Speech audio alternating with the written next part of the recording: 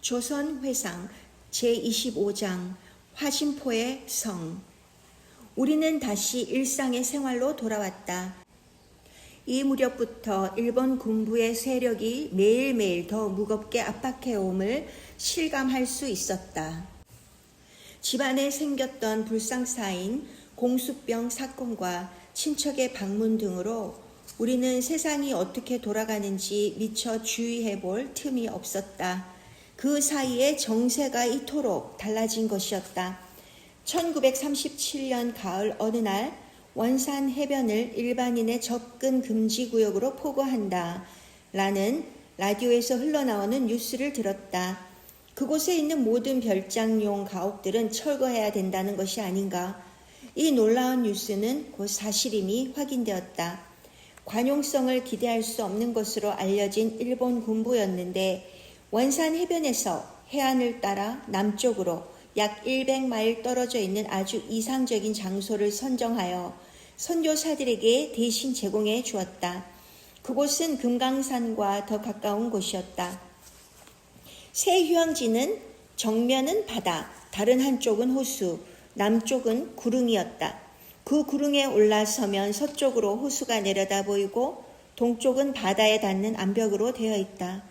일본인들은 이곳을 가신호라 부르고 조선 말로는 화진포라고 한다. 호수는 길이가 약 3마일가량인데 모양이 클로버 잎같이 생겼으며 산으로 둘러싸여 있다. 이 호수는 스위스의 루선 호수를 상기하게 했다. 메리안과 나는 휴양지 이전에 대한 실행위원으로 임명되어 곧 일에 착수하라는 명을 받았다. 거기에다가 메리안은 새 해변을 촬영하는 공식 사진사 일도 겸직해 되었다. 우리는 촬영기를 준비해 가지고 현지로 갔다. 일본 군부에서는 원산 해변의 별장들에 대하여 섭섭치 않은 보상금을 주거나 아니면 집을 뜯어 새 장소에 옮겨주겠다고 제안했다. 우리는 대부분 후자를 원했다. 별장들은 가벼운 목재로 지어져 있었으므로 쉽게 뜯을 수 있었다. 철거 기간에 제한이 있었으므로 우리는 원산 해변의 별장들을 해체할 때 현지의 인부들을 고용하지 않을 수 없었다. 마지막 집을 헐어 새 휴양지로 옮기자 일본군은 원산 해변을 다이너마이트로 폭파시켜서 나무 한 그루도 서 있지 못하게 만들었다. 여러 가지 추억이 담긴 원산 해변을 작별하는 아쉬움은 컸다. 그러나 우리들은 어느덧 새 휴양지를 개발하는 데 열심이었다. 메리안과 나는 실행위원이어서 가장 먼저 새 장소에 가본 사람이다.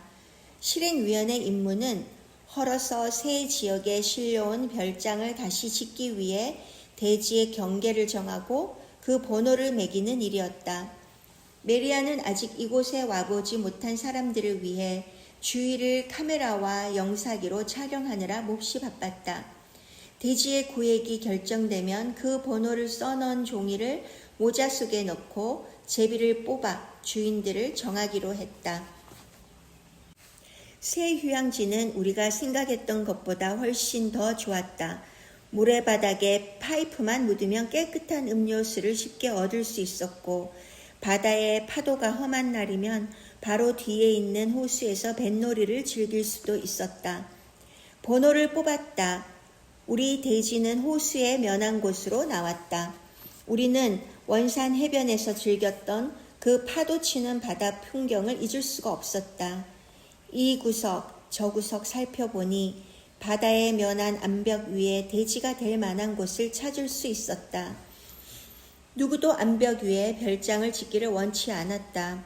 그곳은 우리가 차지할 수 있는 곳이었다. 우리는 젊었기 때문에 높은 곳을 계획하지 않았다. 또한 암벽 위에까지 올라가는 오솔길을 소나무 숲 사이에 지그재그형으로 만들 자신이 있었다. 우리는 이 자리를 택했다. 일단 그 위에 올라서면 눈앞에 펼쳐지는 경관이 너무나 기가 막혀 말을 잃게 된다. 우리는 새 자리에 지을 별장을 종이 위에 설계하기 시작했다. 아무리 훌륭하게 설계하더라도 돈이 드는 것은 아니었기 때문이었다. 1918년과 1919년 사이에 일어났던 러시아 혁명 당시 조선으로 피신온 백제 러시아인들이 있었는데 이들은 선교사들과 친하게 지내고 있었다. 마찬가지로 히틀러의 공포 정치를 피해 조선으로 피난왔던 독일인들도 있었다. 이들에게도 역시 선교사들은 친절하게 대해주었다. 베버씨는 이러한 독일인들 중에 한 사람이었다.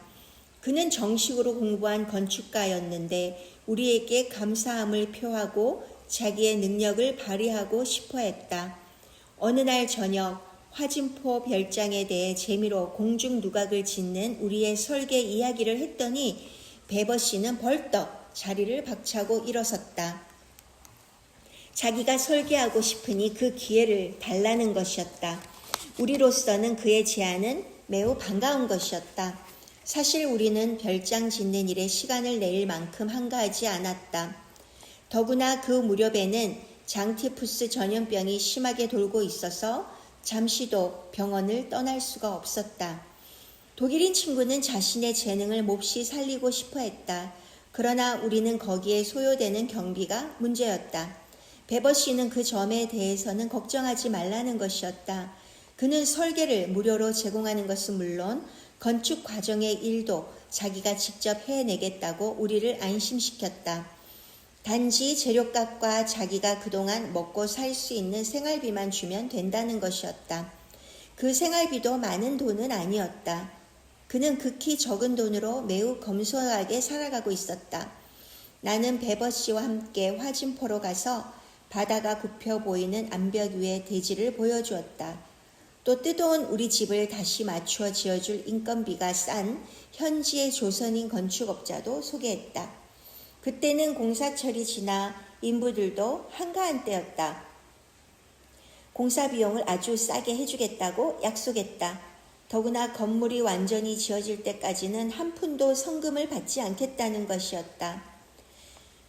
요양원 건축 때는 매우 조심스럽게 입찰을 통해 건축업자와 합법적인 계약을 했지만 이번 경우는 너무나 작은 공사이고 이 두 사람은 믿을만해서 그런 공식 절차를 밟지 않았다. 나 역시 돈과 시간이 없어서 무엇라고 말할 처지도 못 되었다. 그냥 그들의 재량에 맡기기로 했다. 이미 베버씨에게 나의 구상을 자세히 말했고 대략적인 설계도까지 그려주었다. 그도 재차 나의 구상을 확인했다. 그는 경비를 최소한으로 줄이는 선에서 건축하겠다고 약속했다. 그와 조선인 청부업자는 공사가 끝나기 전에는 내가 현장에 오지 않아도 된다며 자기들을 믿어달라고 했다. 공사 중에 한 번 화진포에 다녀오는 것이 옳은 일이었지만 병원 일이 바빠서 그렇게 시간을 낼 수 없었다. 그러던 어느 날 아침 용케 시간을 얻어서 우리의 작은 오막살이 별장을 보러 현장에 내려갔다. 현장에 도착한 나는 그냥 놀라기만 한 것이 아니라 한마디로 경악의 상태였다. 나는 벙어리처럼 입을 벌린 채 한마디도 못하고 서 있었다. 베버씨와 조선인 청부업자는 자기들의 창작물에 대하여 대단히 자랑스럽게 생각하고 있었다. 그 두 사람이 어찌나 자랑스러워하고 스스로 만족해하는지 그들의 마음에 상처를 준다는 것은 잔혹한 일일 것 같아 더욱 내 심정을 드러낼 수 없었다. 우리의 별장은 내가 생각하고 있었던 조그만 막사가 아니라 작은 성이었다. 회색물로 지은 성은 뒤의 푸른 나무숲과 잘 어울렸다. 라인 강가에 있는 성들의 모양과 다를 것이 없었다. 베버씨는 이 고요한 아침의 나라에 독일의 성을 온 정성을 다해 재현한 것이었다. 성의 지붕은 평평해서 그 위에 올라서면 사방의 절경을 감상할 수 있었다. 이곳에서 달빛을 받으며 파티를 연다면 안성맞춤일 것이다.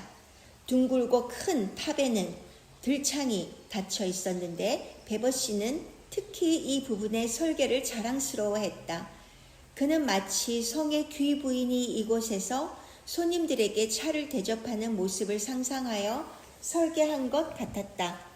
탑은 바로 암벽 옆에 세워져 있어서 바다의 전경이 눈앞에 들어왔다.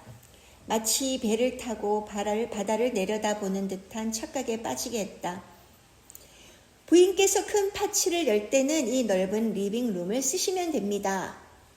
베버 씨는 한쪽에서 들창들이 있고 그 반대쪽에는 큰 벽난로가 있는 방으로 나를 안내하며 말했다. 벽난로는 동굴 속에서 채취해온 수정 암석으로 쌓아져 있었다. 그는 벽난로가 얼마나 불을 잘 빨아들이는지 보여주려고 불을 붙였다. 춤추는 듯한 불꽃은 벽난로에 붙어있는 수정에 현란하게 반사되었다. 베버 씨는 한 발 물러서서 감상하면서 자신의 작품에 스스로 감탄하고 있었다. 베버 씨와 조선 청부업자가 자신들의 대작품을 자부심과 기쁨에 차서 나에게 보여주고 있는 동안 내 머릿속은 굉장히 빠른 속도로 앞으로 내게 닥쳐올 문제를 생각하고 있었다. 이들이 내게 청구할 엄청난 계산서를 도대체 어떻게 감당해야 한단 말인가? 눈앞이 캄캄했다. 따지고 보면 이것은 내 잘못으로 빚어진 결과이기도 했다. 공사의 내용을 명확히 명시한 문서 계약을 만들어 놓지 않았던 탓이 아닌가? 하지만 조그만 막사 같은 별장을 짓는데 무슨 계약서가 필요했단 말인가? 베버 씨가 내 공상의 집보다 이토록 잘 지을 줄이야 감히 상상이나 할 수 있었겠는가? 나는 이 두 사람의 뛰어난 건축 솜씨에 탐복하지 않을 수 없었다. 그러나 내 걱정은 줄어들지 않았다.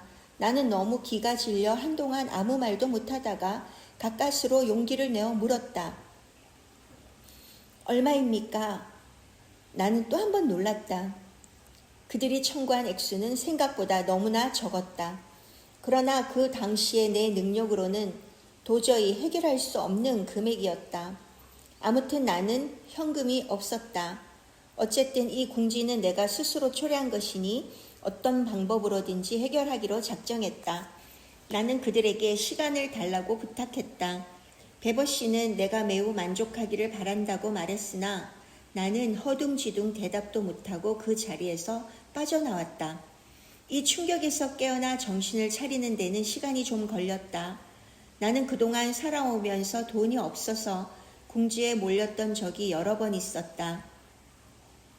그러나 그때마다 문제를 해결하는 내 나름의 처방이 있었다. 내 개인적인 경우는 허리띠를 졸라매는 근검 생활을, 선교 사업과 관계된 일은 특별히 각처의 원조를 요청하는 방법을 써왔다. 그러나 지금 내가 처한 이 공경은 어느 방법에도 해당되지 않는다. 이 때문에 나는 더욱 난감했던 것이다. 아무리 근검 전략해도 이 큰 계산서를 처리할 수는 없다. 선교 사업과는 달라서 별장 문제로 남에게 경제적 도움을 청할 수는 없지 않는가. 며칠 동안 걱정에 쌓여 멍한 상태로 지내는데 갑자기 소년 때의 평양 친구였던 수잔 로의 모습이 떠올랐다. 그녀는 어머니 병원의 간호원장이었는데 지금은 은퇴해 있었다. 그녀의 동생인 루시는 미국 금광의 책임자와 결혼했었다. 나는 당장 평양으로 가서 내 곤경을 의논하고 싶은 충동을 느꼈다. 그녀는 항상 금전 문제를 해결하는 데는 능숙했었다. 내가 평양에 도착하자 수자는 반색을 하며 맞아주었다. 그렇지 않아도 당신에게 전보를 치려던 참이었는데 이렇게 오다니 참 반가워요. 이제 그 일을 결정할 수가 있겠네. 아니, 무슨 일인데요? 왜 당신 소유로 있는 땅이 있잖아요.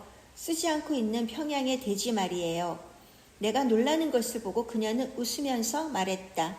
내 동생 루시가 말이지요. 자기네 광산 회사에서 광산물을 보관하는 장소가 필요한데 당신의 그 땅이 위치로 보나 크기로 보아서 가장 적당하다는군요. 값만 적당하면 현금 지불을 하고 싶답니다. 나는 부동산 시세에 대해서는 아는 바가 없었으나 베버 씨와 조선인 청부업자에게 주어야 할 액수는 알고 있었다. 그래서 그 금액을 이야기했다. 수잔이 생각하기에도 값이 광산회사에서 만족할 수 있는 가격이었던 모양이었다. 이렇게 하여 내 곤경은 해결되었다. 하나님께 진심으로 감사했다. 수잔과 루시에게도 감사하면서 가벼운 마음으로 해주에 돌아왔다. 드디어 성값을 다 지불할 수 있었으니 우리들의 기쁨은 참으로 컸다. 아버지가 별세하자 아버지 몫으로 들었던 생명보험금이 내 앞으로 나왔던 일이 있었다. 소년 때 그 돈을 투자하여 벽돌집을 지어서 선교사 주택으로 임대업을 했을 때 거기에서 나온 돈은 내 대학 교육비에 많은 도움이 되었다. 그때 나는 매우 값이 싼 땅을 구입했었다. 훗날 결혼하여 혹시 아이들이 생기면 그 교육비에 충당할 수 있지 않을까 해서 투자했던 것이다. 그 땅이 애들 교육비 대신 성값으로 쓰여진 것이었다. 가족들은 친구들과 함께 이 성에서 몇 번 즐거운 시간을 보냈다. 그러나 전쟁이란 소용돌이는 곧 우리의 성마저 빼앗아 가버렸다. 우리에게 남은 것은 몇 장의 사진과 메리안이 그렸던 유화뿐이다. 그러나 그곳의 즐거운 추억들은 빼앗아 갈 수 없다. 아름다운 성의 아름다운 몇몇 추억들은 26장 대행. 두 번째 안식년 휴가가 1938년에 돌아왔다. 우리는 호놀룰루를 경유하여 캐나다의 밴쿠버로 향하는 기선을 예약했다. 배는 1938년 7월 27일에 일본을 출발했다. 밴쿠버에 도착하니 사촌인 루이스와 아더 사이먼이 보낸 편지가 우리를 기다리고 있었다. 밴쿠버에서 얼마 멀지 않은 워싱턴의 자기 집으로 오라는 초청 편지였다. 우리는 후드 캐널에 있는 그들의 아름다운 저택에 묵으면서 그 주위의 경치를 즐기고 있었다. 어느 저녁 안식년 휴가 계획에 대해 사이먼 가족과 대화를 나누게 되었다. 전공 과목을 다시 연수하여 새 지식을 습득하는 것 이외에도 각 감리교회를 찾아다니며 대리사업을 해야 하는 게 안식년 휴가의 목적이기도 하다고 설명하자 어째서 그런 활동을 대리사업이라고 부르느냐고 물었다. 우리는 이 말에 익숙해 있었으므로 선교사 세계와 동떨어져 있는 사람들이 이 단어를 이상하게 생각하리라는 점은 생각지 못했다. 정확한 것을 좋아하는 메리안이 사전에서 그 말을 찾아보았다. 데퓨티는 남을 위하여 일을 처리하는 사람을 말하며 deputation은 남을 위하여 일을 처리해주는 행위를 뜻했다. 데퓨티는 특별한 사명이나 권한을 남의 이름으로 수행할 수 있는 대리인을 임명함이라고 되어 있었다. 선교사들은 바로 이 단어의 뜻과 같이 교회의 사명을 다른 나라에서 대행하고 있는 대리자 또는 대행자인 것이다. 우리가 대행할 힘을 얻기 위해서는 그 교회의 교인들로부터 기도를 통한 정신적 후원과 사업을 가능하게 하는 물질적 후원을 받아야 한다. 그러나 그 무렵은 전쟁이 일어난다는 소문들이 유럽과 극동에서 미국에까지 흘러오고 있어서 대행할 선교사들을 위한 모금은 아주 어려운 실정이었다. 사이먼 가족은 일을 시작하기 전에 이곳에 온 기회를 이용하여 연안 도서 사이에 백기를 항해하는 알래스카를 구경하라고 일러주었다. 참 좋은 생각이었다. 메리안이 마운트 유니언 대학에 다닐 때 체육 강사였던 제시 글라스가 결혼하여 지금은 관광 코스 중에 하나인 알래스카의 주노에서 살고 있었다. 글라스 씨 내외는 전부터 우리에게 그곳을 찾아달라고 자주 말했었다. 사이먼 가족은 즐거운 여행이 되기를 기원해 주었다. 우리는 밴쿠버로 돌아가서 알래스카행 프린세스 루이스호에 승선했다. 이 연안선은 우리가 타고 왔던 태평양 횡단 기선에 비하면 마치 난장이같이 작았지만 오밀조밀해서 금방 모든 승객들이 친해졌다. 항해 도중 여러 곳에 정박했는데 그때면 다리를 쭉 뻗고 쉬기도 하고 관광지들을 구경하기도 했다. 배가 주노에 가까워지자 우리는 유명한 맨덴홀 빙하를 보려고 갑판으로 뛰어나갔다. 빙하 가까이를 지날 때 배에서 고등을 불면 그 음파의 힘으로 빙하에 금이 가서 커다란 얼음 덩어리들이 깨져서 둥둥 바다에 떨어져 나간다는 것이었다. 승객은 모두 우의까지 입고 얼음이 떨어지기를 기다렸으나 빙하는 깨지지 않았다. 배는 빙하를 지나 곧 주노에 닿았다. 제시와 그녀의 남편 존 글라스 목사가 부두에 나와 있었다. 우리는 배가 이 부두에 정박 중인 이틀 동안 이곳에 머문 후 다시 배를 타고 린드 캐널을 따라 항해할 예정이었다. 글라스 부부는 우리에게 주노 관광을 정성껏 안내해 주었다. 우리가 빙산을 자세히 볼 수 있게 차를 타고 맨델홀 빙하로 데리고 갔다. 얼음이 깨지는가를 보려고 필리스가 파이프를 불었다. 역시 얼음은 깨지지 않았다. 글라스 부부는 웃으면서 말했다. 너무 실망하지 말아요. 얼음을 자르는 칼을 줄 테니 얼음을 가져가서 아이스크림이나 만들어 먹읍시다.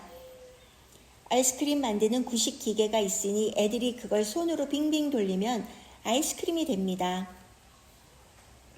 빙산의 얼음으로 만든 아이스크림은 맛이 좋았다. 남은 여행 중에서 이만큼 좋은 구경은 할 수 없을 것 같았다. 즐거운 하루를 지낸 그날 저녁, 필리스가 갑자기 열이 올랐다. 우리는 할 수 없이 이곳에서 더 묵었다가 우리가 타고 온 배가 나머지 항해를 하고 돌아올 때 승선하기로 결정했다. 다행히 배가 돌아올 때는 필리스의 건강이 회복되었다. 우리 부부는 번갈아 필리스를 간호하면서도 주노 일대를 체류한 만큼 더 많이 보았다.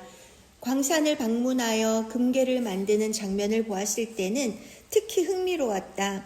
높은 온도에서 금을 녹여 액체같이 된 것을 그릇에 부을 때 손가락으로 재빨리 탁 쳐도 손이 되지 않는다면서 우리더러 한번 해보라고 했다.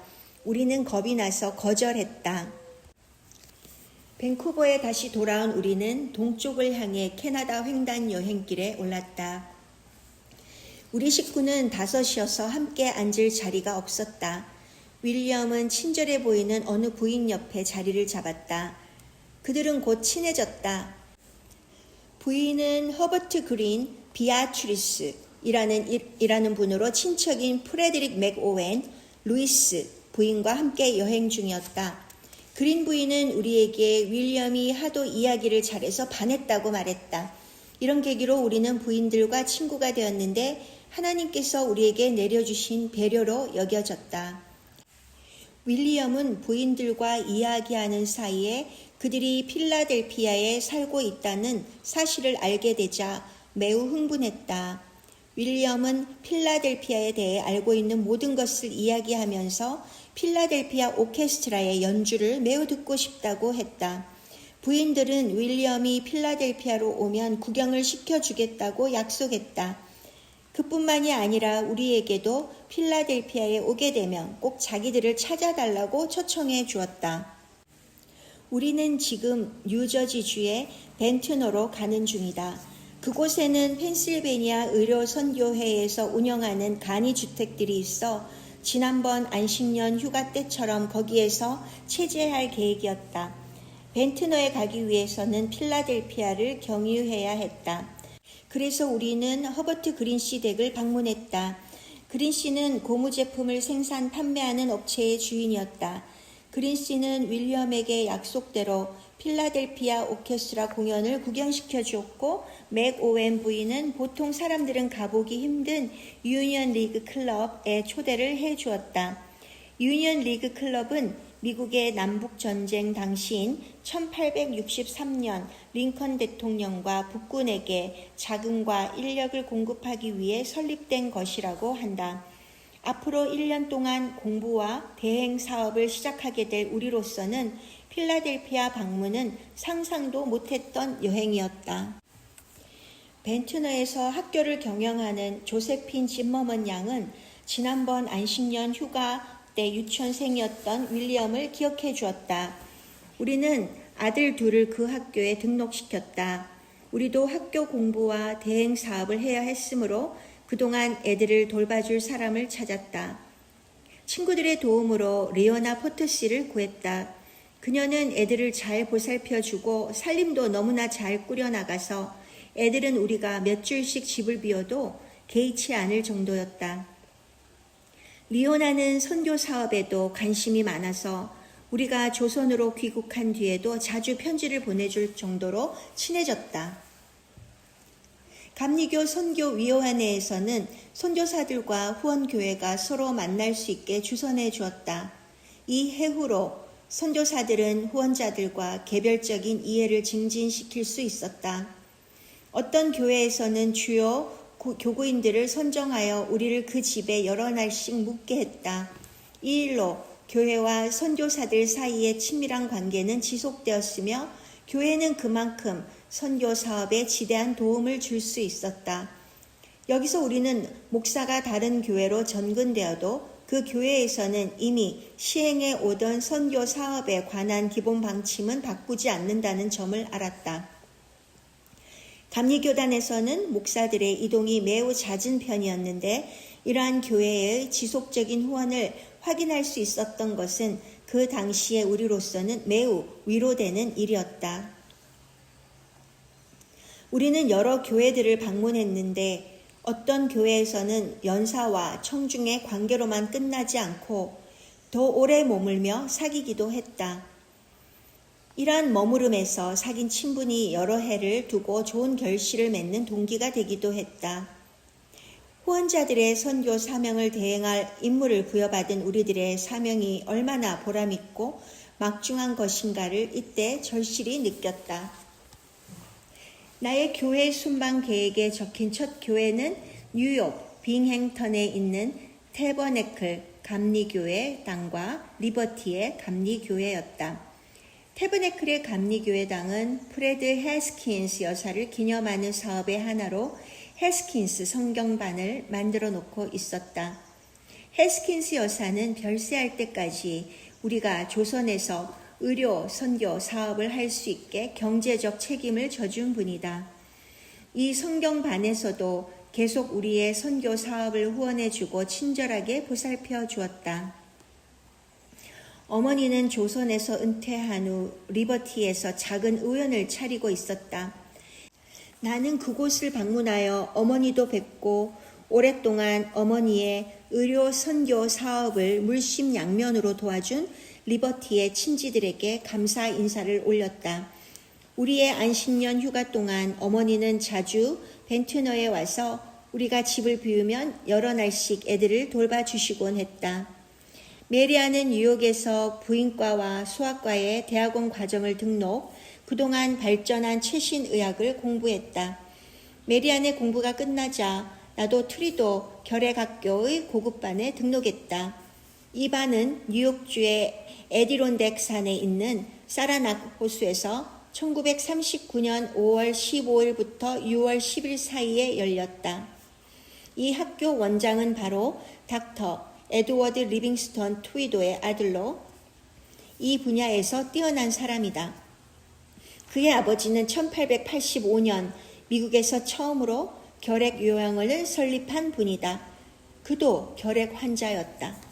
그러나 스스로 병을 치료 완치함으로써 결핵을 이기려면 휴식, 영양식, 맑은 공기, 그리고 적당한 운동이 가장 중요하다는 점을 모든 사람에게 보여주었다.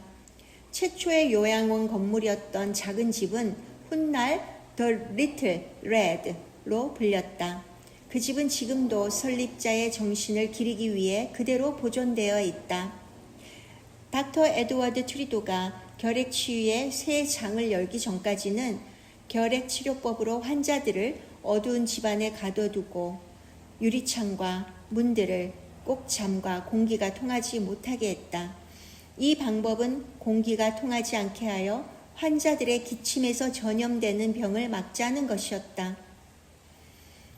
닥터 트리도는 자기의 동생이 결핵에 걸려 죽는 것을 지켜봤고 자기도 이제 결핵에 걸려 죽음의 문턱에 섰다는 사실을 알자 죽기 전에 하나님이 세상에 주신 맑은 공기를 깊숙이 마시고 하나님이 주신 햇볕을 그의 방에 밝게 맞아들이기로 결심했다. 그는 추운 날씨에도 사냥과 낚시를 다녔다. 사람들은 환자가 야외에서 그렇게 무리한 운동을 하면 죽음을 재촉하는 것이라고 여겼다. 그러나 예상을 뒤엎고 그는 결핵을 이겼던 것이다. 저명한 작가인 로버트 루이스 스티븐슨이 결핵에 걸려서 이곳 사라낙 호수의 요양소를 찾아왔다. 그는 닥터 트리도와 좋은 친구가 됐는데 말썽꾼 환자였다. 스티븐슨은 추위를 싫어해서 방 속에 틀어박혀 문과 유리창들을 꼭꼭 닫아놓고 있었다고 한다. 닥터 트리도는 강제로 문을 열어 요양원의 규칙을 따르게 하면서 추위를 두려워하지 않게 만들었다고 한다. 닥터 에드워드 트리도는 1915년 67세의 나이로 세상을 떠났다. 그가 만든 에디론텍 요양원은 그가 죽은 후 트리도 요양원으로 불려졌다. 그 후 근방에 작고 초라한 요양원, 매우 호합한 요양원 등이 세워졌는데 요양원마다 각각 특징이 있었다. 어떤 곳은 외과적 수술을 위주로 했고 다른 곳에서는 일반 치유를 주로 했다. 닥터 에드워드 트리도의 아들로 결핵학교의 교장인 닥터 프란시스 트리도는 근방의 여러 다른 요양원을 대학원 학생들에게 개방해서 요양원마다의 각각 다른 치료 방법을 공부할 수 있도록 하고 있었다. 나는 각양각색의 치료법을 연수할 수 있는 이 현장 실습에 매우 관심이 컸다. 우리가 방문했던 요양원들 중 아주 고급스러운 곳은 미국 연극 배우 조합에서 운영하는 요양원이었다. 이곳은 환자들의 안락함을 위한 것이라면 돈을 아낌없이 투자한 모양이었다. 유리창들은 모두 자외선만을 통과시키는 특수 유리였고 의료진들도 환자들의 부름에 언제나 뛰어갈 수 있을 정도로 숫자가 많았다. 회복기의 환자들을 위한 아름다운 극장까지 만들어져 있었다. 닥터 프란시스 트리도는 우리들에게 모든 결핵 치료 방법을 집중적으로 재확인, 정립해 했다. 그가 자기 아버지의 결핵 투병 생활을 자세히 들려주었을 때 우리들은 감명을 받았다. 우리들은 이곳에서 결핵에 대한 다른 권위자들로부터도 지도를 받았다. 그때 함께 배운 학생들은 약 100명이었는데 미국과 캐나다의 각처에서 온 사람들과 다른 나라에서 온 학생들도 있었다. 우리들은 서로 친밀해져 많은 경험들을 이야기하는 사이에 정규 과정 이외의 지식에 대한 정보도 얻을 수 있었다.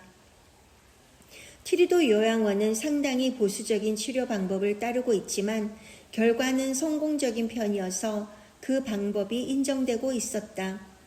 우리는 현미경으로 관찰할 때 더 잘 볼 수 있게 결핵 간상균을 착색하는 새로운 기술을 배웠다. 또한 결핵과 다른 증상을 엑스레이 사진에서 판별하는 법을 전문가로부터 배우기도 했다. 이 구분을 잘못하면 엉뚱한 진단을 내리게 된다. 매우 열띤 토론의 주제 중 하나는 유모도텍스 치료법 사용에 관한 문제였다. 이 방법은 부주의로 살균하지 않고 시행하면 더 나쁜 결과를 초래하여 폐의 공동에 고름이 생기게 된다. 모두들 열띤 논쟁을 벌였지만 결론은 좀 더 조심스럽게 이 방법을 응용해야 된다는 것뿐이었다. 우리는 트리도 요양원의 의사들이 능숙하게 이 방법을 시술하는 것을 참관할 수 있어서 매우 운이 좋았다. 이곳에서의 연수가 끝나자 나는 곧 오하이오 주로 가서 마운트 유니언 대학의 20주년 졸업식에 참석한 다음 이 지방 교회들을 다니면서 강연을 했다. 이 기회에 우리를 후원해준 또 하나의 교회인 클리블랜드의 세비오 교회도 방문했다. 이 교회는 1931년 4월부터 조선에서의 우리들 의료 사업을 여러 가지로 도와준 곳이다. 1939년 6월은 어머니가 여자의과대학을 졸업한 지 35주년을 맞는 해였다. 학교에서 축하식이 있어서 나는 메리언 윌리엄과 함께 필라델피아로 가서 이 식에 참석했다. 어머니는 1889년에 졸업한 9명의 졸업생과 함께 금메달을 받았다. 그 해의 졸업생은 모두 41명이었는데 어머니의 나이가 가장 어렸다고 한다. 어머니는 1889년에 찍은 동창생들의 단체 사진과 교수들의 사진을 갖고 갔다. 그 교수들 중에 한 사람인 닥터 킨은 어머니가 학생이었을 때의 일화를 들려주었다. 나는 지금까지 한 여학생에 대한 기억을 잊지 못하고 있습니다. 1887년 5월이었는데 아주 특이한 수술을 하게 되었어요. 너무나 유별난 수술이어서 아마도 수술의 역사상에도 그런 유해는 찾아보기 힘들 겁니다. 어느 날 목에 결핵성 내분비선 이상이 있다며 한 학생이 나를 찾아왔어요. 그 증세가 거의 농양이 되어가고 있어서 제거 수술을 권했답니다. 학생은 그 자리에서 수술을 받겠다고 대답하더니 단 한 가지 조건이 있다는 거였어요. 저는 마취를 받지 않겠습니다. 그렇지만 이봐요, 학생. 아마 학생은 이 수술의 내용을 잘 알지 못하는 것 같은데 이 수술은 말이죠. 1시간 반 정도 걸립니다. 귀에서부터 유방 밑에 뼈까지 절단한 뒤에 쇄골을 따라 어깨까지 다시 절단해야 합니다. 그 다음에는 절단된 사이에 넓은 피부를 잡아 올리고는 그 밑에 있는 분비선들을 인후부의 혈관, 경동맥, 그리고 목에 있는 수많은 신경 조직들에서 떼어내야 합니다. 아픔을 참지 못해 몸을 움직이게 되면 수술 칼이 어디를 다치게 될지 모르는 거예요. 전 잘 알고 있어요. 어떤 아픔이라도 저는 참고 조금도 움직이지 않겠어요. 아무튼 마취는 거절하겠습니다. 그녀는 너무나 단호하고 결정적인 태도로 대답했었다고 합니다. 왜냐하면 전 뉴욕의 헨리 샌드스 교수로부터 2번이나 같은 수술을 받았거든요. 한 번은 에테르로 마취했고 또 한 번은 클로로포름으로 했는데 수술이 끝난 뒤에 너무나 통증이 심했어요. 전 아예 수술할 때 아픔을 견디는 편이 더 나을 것으로 믿어요. 반드시 그 마취제를 써야 한다면 전 수술을 포기하겠습니다. 나는 그녀의 결심이 이미 변경할 수 없음을 보고 이렇게 제안했지요. 바로 며칠 전에 코케인이라는 새로운 마취제를 본 적이 있는데 그럼 그걸 대신 써볼까? 그게 얼마나 마취에 효과가 있는지 알 수는 없지만 에트르나 클로로프로만 아니면 무엇이든 좋습니다. 그녀의 목소리는 조용했지만 확고했었다고 한다. 며칠 후에 드디어 수술이 시작되었다. 역시 그녀는 조금도 두려워하거나 움츠리지 않았다. 피부를 절단한 후 내분비선을 떼어내려고 했을 때 닥터 키는 깜짝 놀랐다. 수술 환자가 이렇게 말했던 것이다. 선생님, 죄송하지만 학생들어 저에게 확대경을 하나 갖다 달라고 해주시겠어요? 수술하는 것을 관찰하고 싶습니다. 이 말을 들은 나는 너무나 기가 막혀서 잠시 동안 정신이 멍해졌음을 고백하지 않을 수 없습니다. 그러나 곧 정신을 차린 나는 이렇게 생각했어요. 1시간 반 동안 마취제 없이도 겁내지 않고 견디겠다고 했으니까 자기가 수술받는 모양도 당연히 두려움 없이 관찰할 수 있으리라고요. 1시간 동안 그녀는 확대경을 들고 내 칼이 닿는 곳마다 관찰했어요. 인후부의 분비선을 오랫동안 칼로 도려낼 때도 머리나 손 또는 발등 어느 곳 하나도 움찔거리지를 않았어요. 그 학생이 바로 오늘 이 자리에 나온 닥터 로제타 홀입니다. 우리는 그날 어머니가 공식적으로 표창을 받은 그 영예로운 은혜에 감사했고 어머니가 자랑스러웠다. 어머니는 특히 남편의 이름을 따른 손자가 이 식에 참석해서 더 기뻐했다. 1939년 4월 30일 뉴욕에서 열린 만국 박람회에도 우리는 이 기회를 이용하여 참관하기로 했다. 박람회에는 새로운 발명품이 여러 가지 전시되어 있어서 매우 볼만했다. 메리안과 윌리엄은 박람회에서 전시 중인 텔레비전을 보느라고 정신이 빠져 그날 저녁에 열린 코리아 클럽에도 지각을 했다. 코리아 클럽은 한국에서 어느 기간 동안 살았던 사람들의 모임이다. 이 모임은 특히 한국에서 태어났던 2세 내지 3세들의 재회를 위한 만찬회였다. 한국 선교회 초창기 선교사 1세로 이날 모임에 참석한 사람은 어머니가 유일했다. 1년간의 안식년 동안 우리의 일정표는 친지들과의 재회, 연수, 관광, 대행사업 등으로 꽉 차 있었다. 휴가 동안 다시 힘을 얻은 우리는 조선에 돌아갈 날을 고대했다. 조선에서는 중국과 일본의 마찰로 여러 위기가 전개되고 있었다. 닥터 김은 병원과 요양원에 필요한 의료품을 가지고 빨리 돌아오라고 간청했다. 지난해부터 조선에서는 모든 물품들이 부족해서 병원과 요양원의 보급품을 구하기가 불가능한 상황이었다. 린드 양의 편지를 받자 우리는 더 이상 지체할 수 없었다. 일본군은 우리 병원과 요양원의 의료진들에게 일본 정부나 군부의 병원으로 전직하라고 심한 압박을 가하는 모양이었다.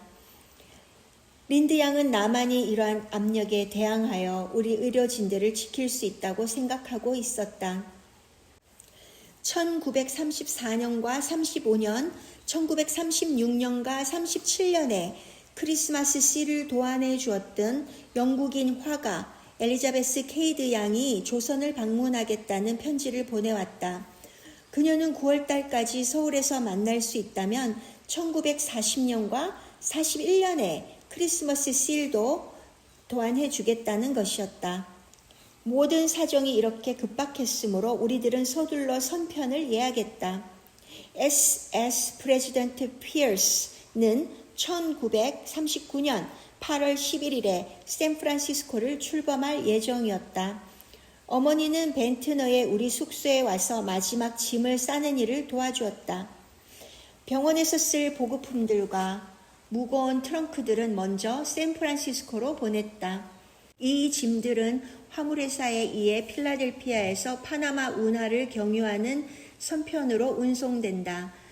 떠나기 전 메릴랜드의 스츄릿에 살고 있는 에밀리 헬스킨스 루스와 그녀의 남편인 클레이튼 루스 목사의 초청을 받아 그들을 방문했다. 거기에서 다시 서부로 가기 전에 메리안의 언니인 에머 라인 위버 가족을 방문했다.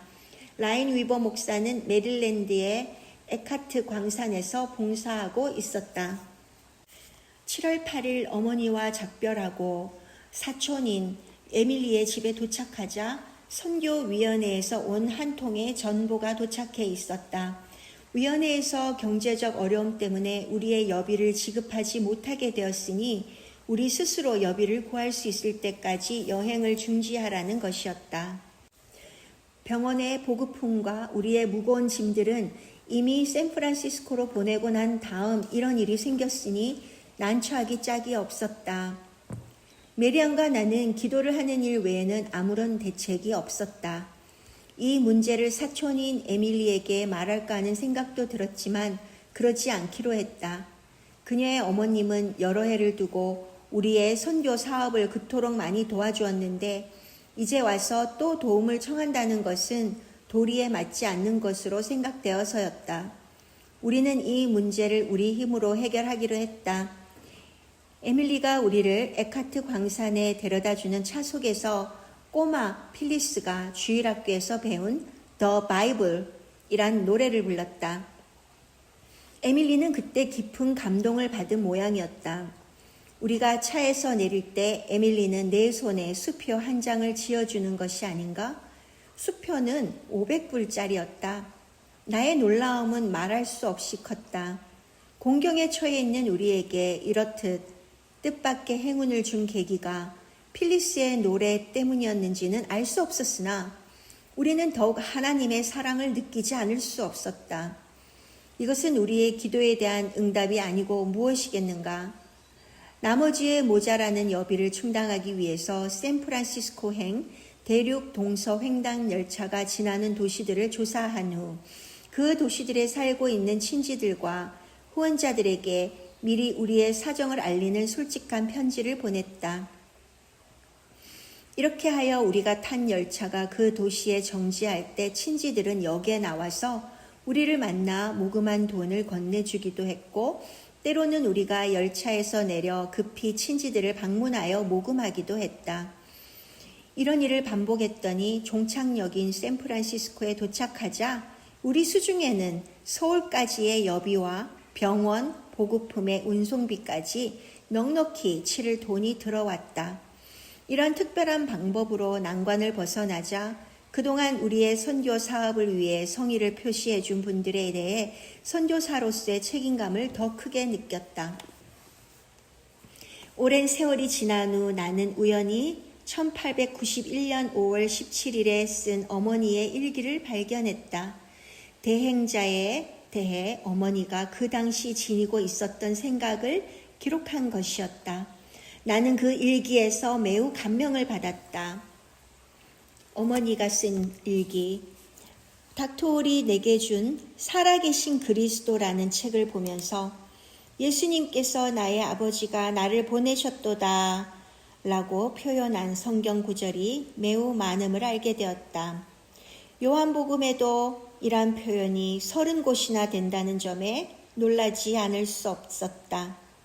요한복음 4장 34절, 5장 24절, 30절, 37절, 38절, 7장 16절, 28절, 29절, 33절, 8장 16절, 18절, 26절, 29절, 42절, 9장 4절, 11장 42절, 12장 44절, 45절, 49절, 13장 20절, 14장 24절, 15장 21절, 16장 27절, 28절, 17장 8절, 18절, 21절, 23절, 25절, 20장 21절. 예수님은 선교사의 완전한 표본이시다. 하나님께서 나를 보내셨다는 사실이 예수님의 마음에는 항상 있었던 것이다. 예수님은 자신을 위해서가 아니고 남을 위해 행한다는 점을 모든 사람들에게 알리기를 원했다. 하나님이 나를 보내신 것 같이 나는 너를 보낸다. 어째서 하나님은 아들을 보내셨는가? 하나님은 세상을 이처럼 사랑하사 독생자를 주신 것이다. 이 말은 하나님의 사랑을 표시하신 것이다. 하나님이 나를 세상에 보내신 것 같이 나는 너희들을 세상에 보낸다. 우리의 사명은 예수님의 사명과 같은 것이 아니겠는가? 이 사명은 너무나 크고 높아 보인다. 아무튼 하나님은 그러한 사명을 수행할 수 있는 힘을 주시지 않고는 부탁하시지 않는다. 예수님이 말씀하신 바와 같이 나는 혼자가 아니다. 나를 보내신 이는 나와 함께 계시다. 예수님은 우리를 보내시면서 말씀하신다. 나가서 만방에 가르쳐라. 너희에게 명하노니 나는 세상이 끝날 때까지라도 항상 너희와 함께 있으리니. 성경의 이런 대목들을 공부하면서 나는 전에는 미처 생각지도 못했던 의문이 떠올랐다. 만일 하나님이 보내시지 않았어도 예수님은 오셨을까? 나는 항상 생각하기를 예수님은 스스로 자원하신 것이라고 보았다. 또 어떤 점에서는 그렇기도 하다. 그러나 그러한 생각으로 우리를 구원하자고 제안하신 분은 하나님이실까? 예수님이실까? 요한복음 7장 28절을 보면 나는 스스로 온 것이 아니로다 라고 쓰여 있다. 요한복음 8장 42절을 보면 이는 내가 하나님께로 나서 왔음이라. 나는 스스로 온 것이 아니요 하나님께서 나를 보내신 것이니라 라고도 되어 있다. 비로소 나는 전에는 이해하지 못했던 요한복음 17장 21절에서 23절을 알 수 있을 것 같다. 당신은 나를 보내셨고 당신이 나를 사랑하는 것 같이 저들을 사랑하십니다. 어째서 하나님이 우리를 그토록 사랑하시는지는 알 수 없지만 하나님이 정말로 우리를 사랑하심은 안다. 그토록 사랑하시지 않으면 우리를 위해 고통을 당하라고 예수님을 보내시지 않았을 것이다. 하나님이 자신의 아들을 사랑하신 것처럼 이 조선 사람들도 사랑하고 계신다는 것에 대해 그 생각이 미치자 만나는 사람마다 잡고 이 좋은 소식을 말하고 싶은 욕망에 불타게 된다. 제27장 전쟁의 소리 이어지겠습니다.